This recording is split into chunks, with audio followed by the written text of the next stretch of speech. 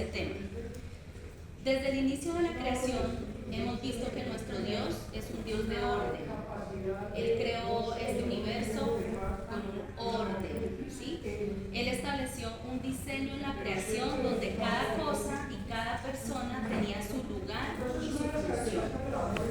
Adán tenía su rol, Eva tenía su rol y juntos reflejaban la sabiduría y la gloria del Creador. Pero ¿qué está pasando hoy en día en nuestra sociedad? Vivimos en una época donde ese orden que Dios estableció desde un principio se está desafiando constantemente. Se promueve la idea de que sujetarse es perder la libertad, que obedecer es sinónimo de debilidad y que el verdadero valor de una mujer se mide por su independencia y por su autosuficiencia. Adelante.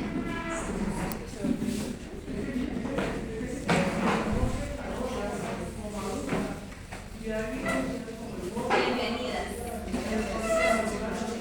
Bueno, entonces estaba hablando bajo el liderazgo bíblico. ¿Sí me están escuchando atrás? Entonces, hablábamos de que obedecer muchas veces es un sinónimo de debilidad en este mundo, ¿no? Según las creencias de este mundo. Y que el verdadero valor de una mujer se mide por su independencia y por su autosuficiencia, ¿sí? El feminismo moderno ha presentado un modelo de la mujer haciéndonos ver de que la mujer no necesita de nadie, que la mujer si está bajo la cobertura de algún varón, sea su esposo o sea un líder o incluso de Dios mismo, esto se considera como una carga, como un impedimento para que ella crezca. Y me aterra muchísimo el pensamiento de las nuevas generaciones, de las nuevas niñas que están creciendo, que se les pregunta si una mujer necesita de un hombre y dice que no necesitamos de los hombres, somos autosuficientes. Inclusive en estos días vi una entrevista que le preguntaban eso a una chica como de unos 18 años. No necesitamos a los hombres, nos podemos reproducir nosotras mismas. Y yo, a ver, ¿cómo?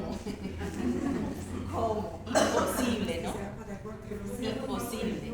Hasta ese punto está llegando esta sociedad y este feminismo que quiere introducirse a como dé lugar, ¿sí? Entonces, la palabra nos muestra todo lo contrario. La palabra nos muestra que necesitamos, que Dios creó al varón, Dios creó a la mujer y que son un complemento perfecto, ¿sí? Que la sujeción que nos habla la palabra, que las mujeres deben estar sujetas a su esposo, no es opresión. Si esa sujeción se lleva de la forma como Dios lo dice en su palabra, la mujer se debe sujetar en amor, se debe sujetar voluntariamente. La sujeción no es opresión, la sujeción es protección. La sujeción no significa que perdamos nuestra identidad o quienes somos, sino es una ganancia para nosotras. Y la sujeción no significa tampoco esclavitud. Y no solo hablamos de la mujer, en todas las áreas de la vida vemos cómo el rechazo a las estructuras establecidas trae desorden. En la familia, hijos que no quieren escuchar a sus padres, que no se quieren someter a ellos.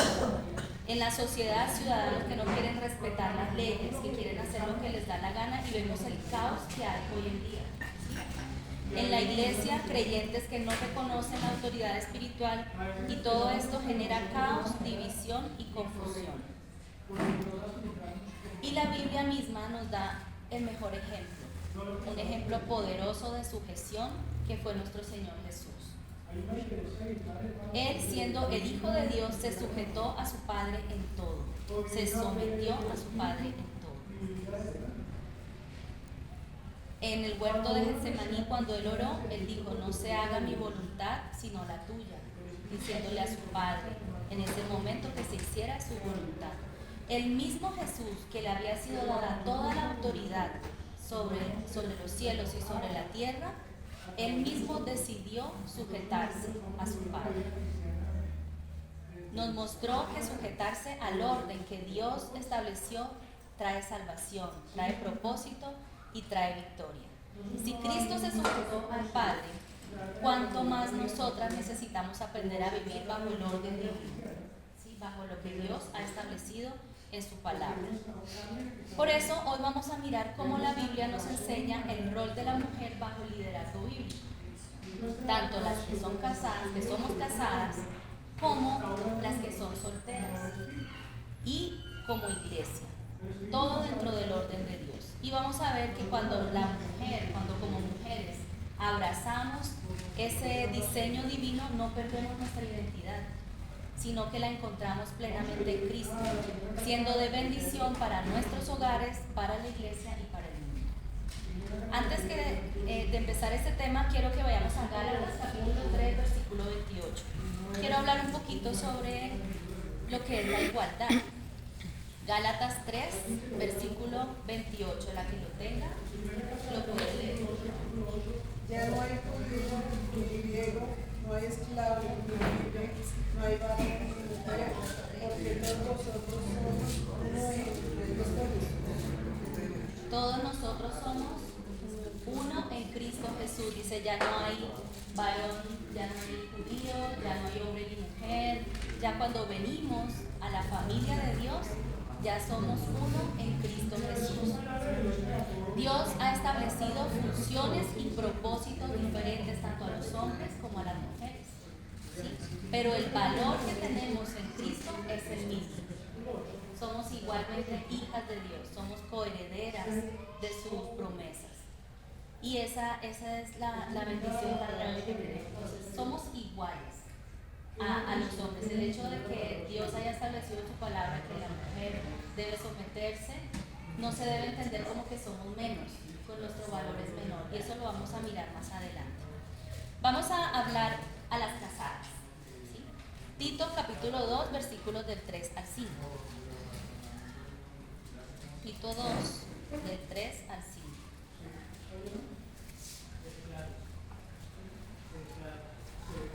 La que lo tenga lo puede leer, por favor.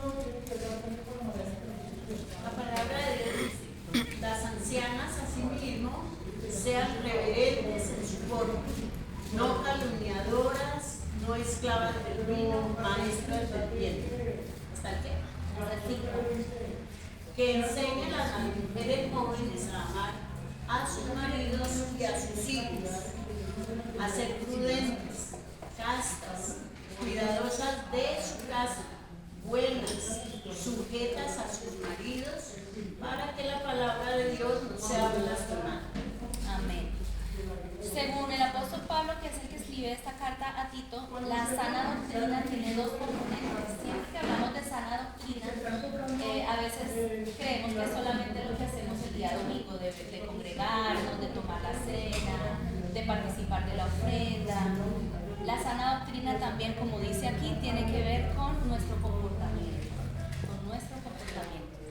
En este caso, que las mujeres mayores, ahí dice Tito, que las ancianas, cuando habla allí de las ancianas, se refiere a las mujeres que son mayores, que ya tienen cierta edad, que ellas enseñen a las más jóvenes a qué, a amar a sus maridos y a sus hijos, a ser prudentes, a ser castas, cuidadosas de su casa, buenas, sujetas a sus maridos, para que la palabra de Dios no sea blasfemada. ¿Sí? Ese es el objetivo, para que la palabra de Dios no sea blasfemada, para que la gente no hable mal de la palabra de Dios. Y como vimos anteriormente, la sujeción no es opresión, es voluntariamente someterse a la autoridad de otro que ha sido puesta por Dios. La sujeción no es algo que se hace por obligación, sino una elección de amor, precisamente para cumplir con ese orden de Dios. Como veíamos en los ejemplos que puse anteriormente, en todo orden de relaciones hay sujeción y hay sometimiento. Los hijos a sus padres, los empleados a sus jefes, nosotros como ciudadanos a las leyes que han sido puestas. Todo eso para que haya un orden y para que no reine el caos.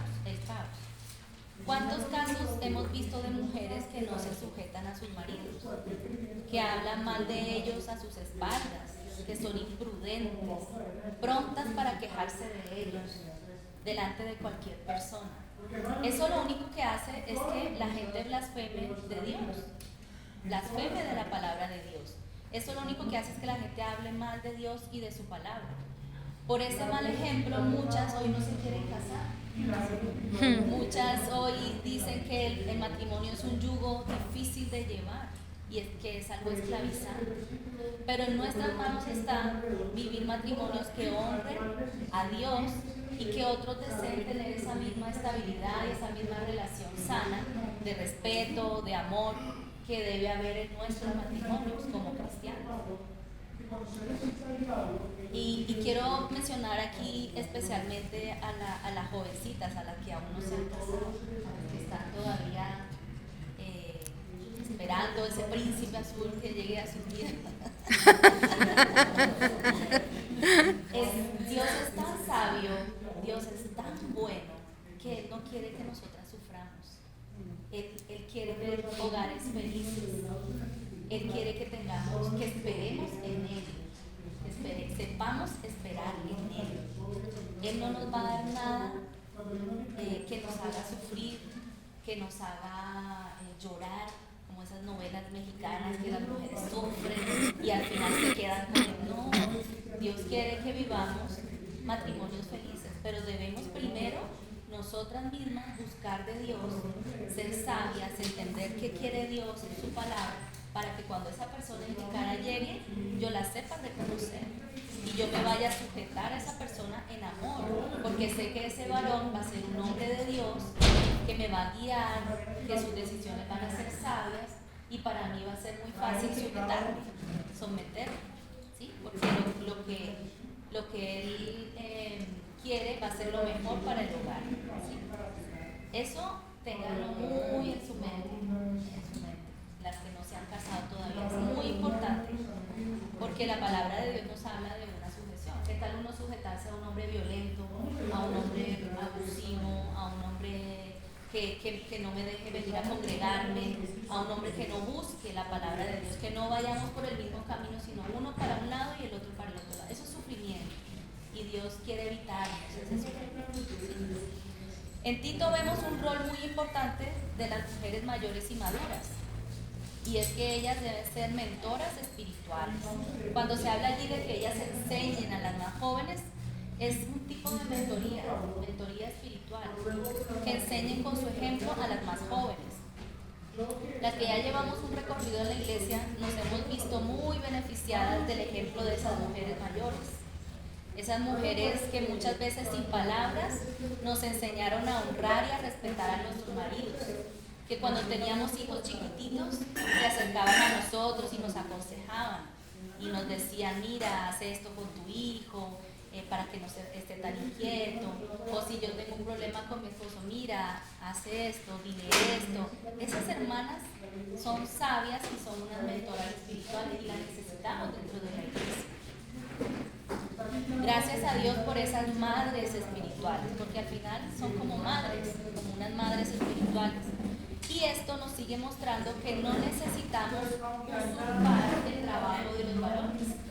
No necesitamos pararnos aquí para predicar, porque hay tanto trabajo por hacer. Y el trabajo de las mujeres muchas veces es un trabajo detrás de cámaras, por decirlo así.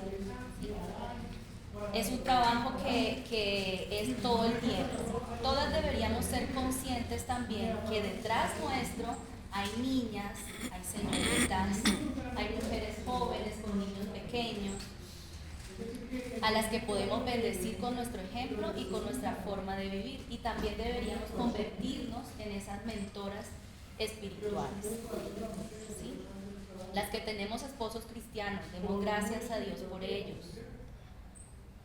Ayudémosles a ejercer ese sacerdocio espiritual, dándole el puesto que Dios le ha dejado. Dejémoslos trabajar. A veces como mujeres, yo sé, queremos tener todo solucionado y creemos a veces que nuestras ideas son las mejores, pero no, hay que dejarlos, hay que darles su espacio también para que ellos se desarrollen.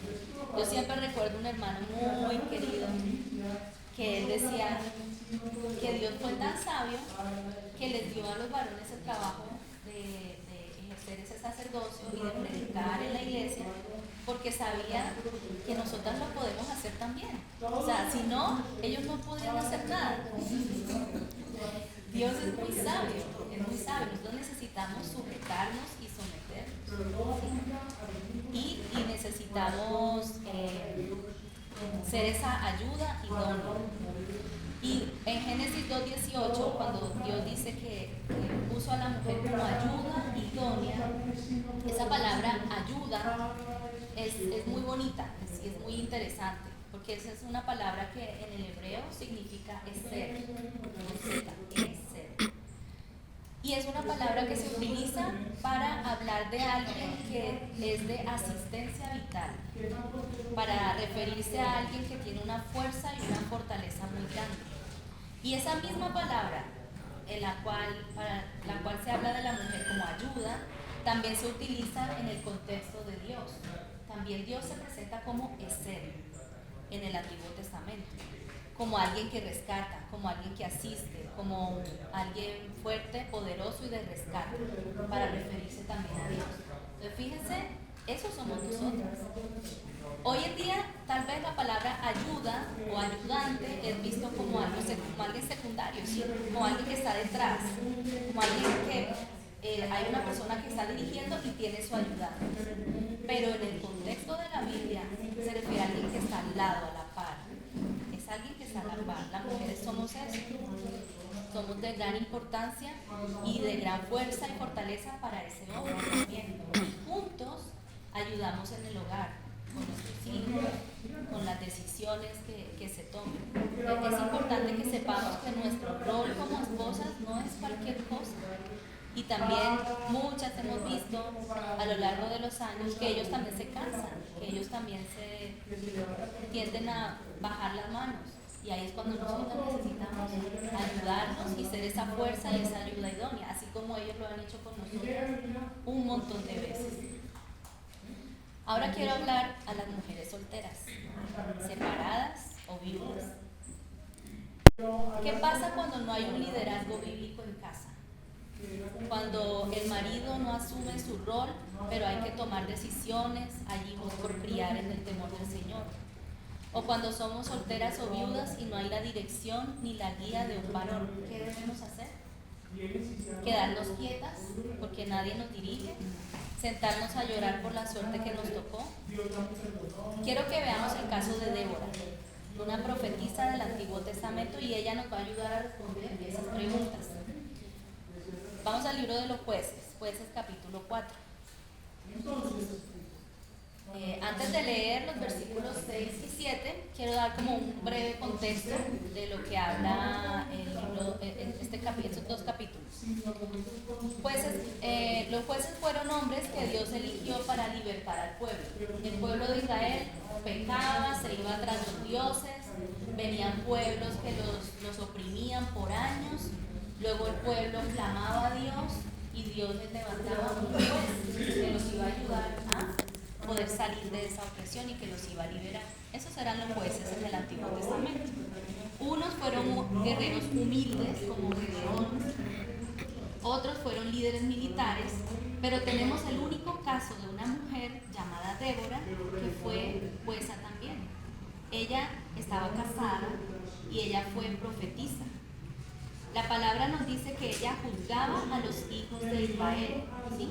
Ella se sentaba en un lugar y la gente venía y le traía sus casos y ella los juzgaba. Esto no tenía nada que ver con el sacerdocio, porque el sacerdocio había sido designado a Aarón y a sus hijos, ¿sí? No tenía nada que ver con el trabajo en el templo, con el ofrecimiento de sacrificios. El trabajo de ella era juzgar los casos que le llevaban. Jueces capítulo 5, versículo 7, ¿quién lo puede leer, por favor? 5, 7. Ajá. Las aldeas eran abandonadas en Israel y había decaído hasta que yo, Débora, me levanté como madre en Israel, como madre en Israel. ¿Cómo estaban las aldeas? ¿Cómo estaba el pueblo? En ese momento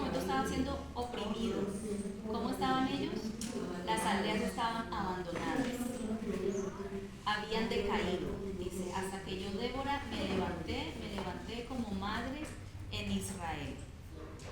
¿Sí? El pueblo llevaba 20 años de opresión por mano de un rey cananeo que se llamaba Jabín. Los hombres estaban paralizados, no había liderazgo, y es allí cuando Dios elige a una mujer, pero no para ir a la batalla, porque eso no era el trabajo de una mujer. La escogió a ella para ir a levantar a un hombre que sí tenía que ir a la batalla. ¿Quién se acuerda del nombre de ese hombre? No. Comienza con Barak. Barak. Jueces capítulo 4, versículos 6 al 7.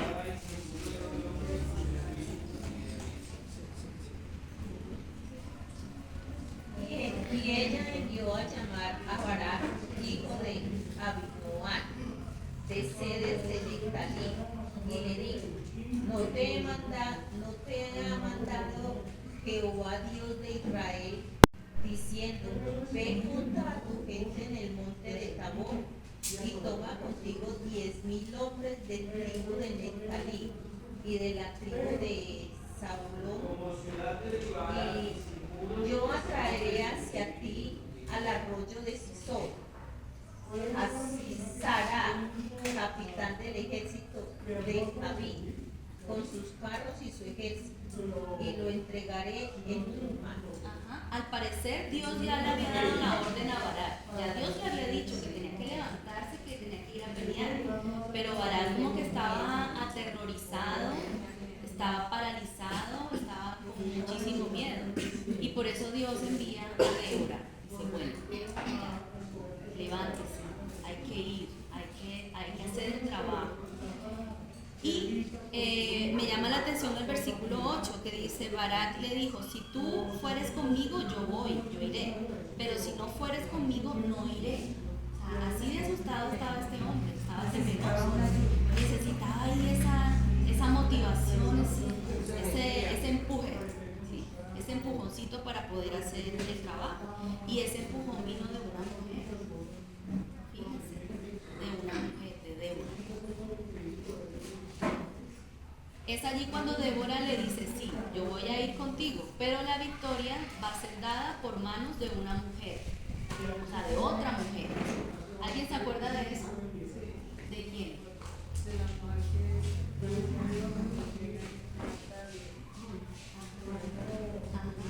que lo mata. ¿Cómo se llamaba? ¿Se acuerda? Sísara. Sísara era el jefe como del ejército de los cananeos, ¿sí? El comandante.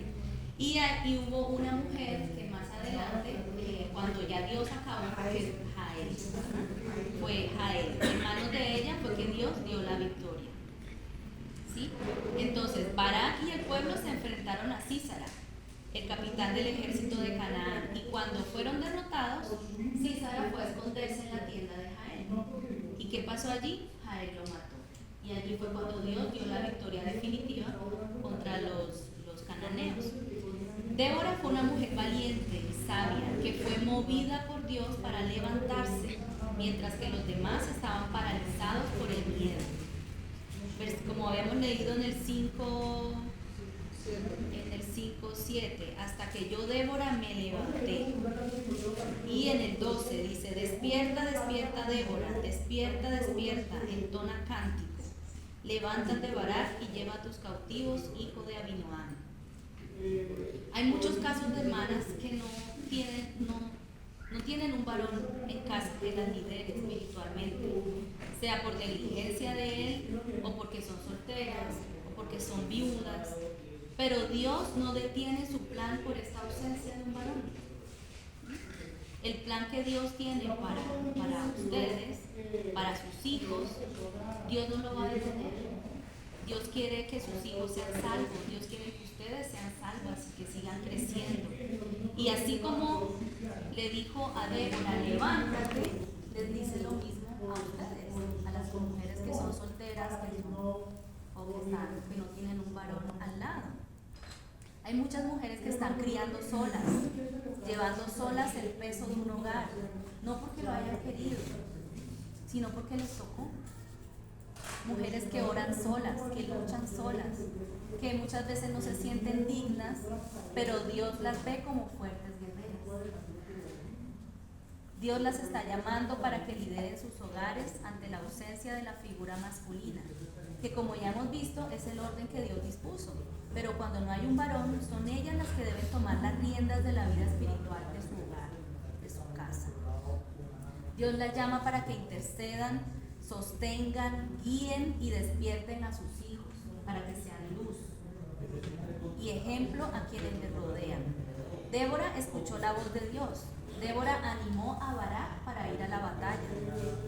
Su fe, su confianza, su testimonio y su sabiduría eran tan grandes que Barak sabía que si ella iba con él iba a poder y él iba a vencer. Dios les daría la victoria. Barak también sabía que el pueblo la respetaba a ella y que si la veían con él, el pueblo también se iba a animar. ¿Sí? Entonces podemos hacernos algunas preguntas con esta enseñanza. ¿Qué clase de influencia ejercemos en nuestros hogares, en nuestra congregación? ¿Nuestra presencia anima a otros? Seamos como Débora, que cuando Dios la usó, no se llenó de orgullo en su corazón. Ella no alardeó diciendo, es que si no fuera por mí, Barak no se hubiera levantado. Es que si yo no hubiera ido con él, estos hombres aquí no hacen nada. No. Ella le dio la gloria a Dios y eso se ve en el capítulo 5 cuando ella entona ese cántico junto con Barak. Ella le dio la gloria a Dios y se sintió honrada por ser usada por Dios. Hermanas, lo poco que hacemos, lo poquito que hacemos dentro de la iglesia es porque Dios pone en nosotros el querer y el hacer por su buena voluntad. No es porque somos las más espirituales, no es porque somos las mejores. Tengamos la humildad y demos siempre la gloria a Dios y demos gracias a Dios de que nos usa y dejémonos usar por Él. Hoy Dios nos está llamando a escuchar su voz. Las casadas a someternos con amor y respeto a nuestros maridos para que la palabra de Dios no sea blasfemada. A las mujeres mayores a ser mentoras espirituales de las más jóvenes. A las solteras, a las viudas o separadas que tienen hijos, a levantarse, a dejar de llorar y comenzar a liderar su hogar espiritualmente, porque tienen la responsabilidad de llevar a sus hijos a los pies de Cristo. Y en la iglesia nos llama a Dios a sujetarnos también a los líderes que Dios ha puesto como servidores. Esos hombres que con amor quieren dar lo mejor y guiar a la iglesia a la santidad. Esos hombres con defectos, porque ¿quién no tiene defectos?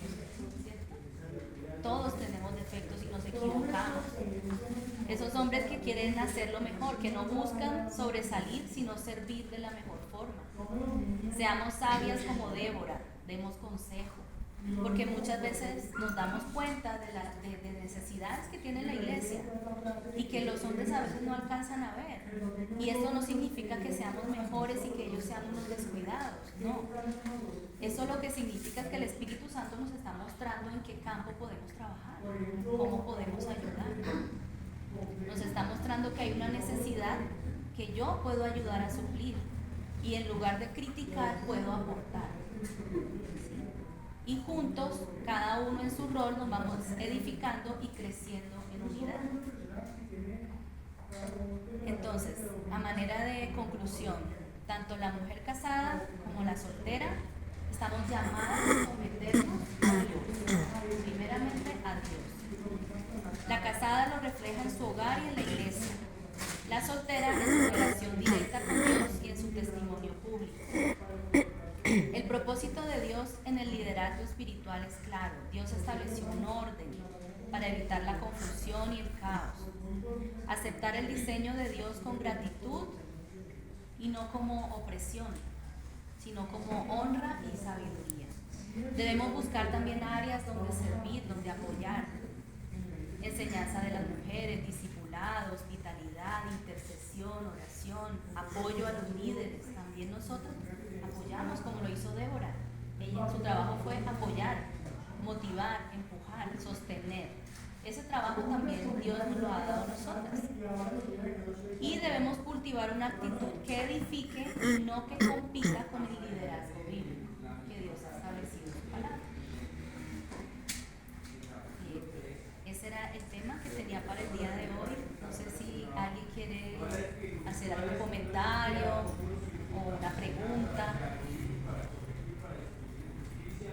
Sí, es que alguna vez alguien me decía, hermana, es que usted tiene que salir y ser victoriosa como de una.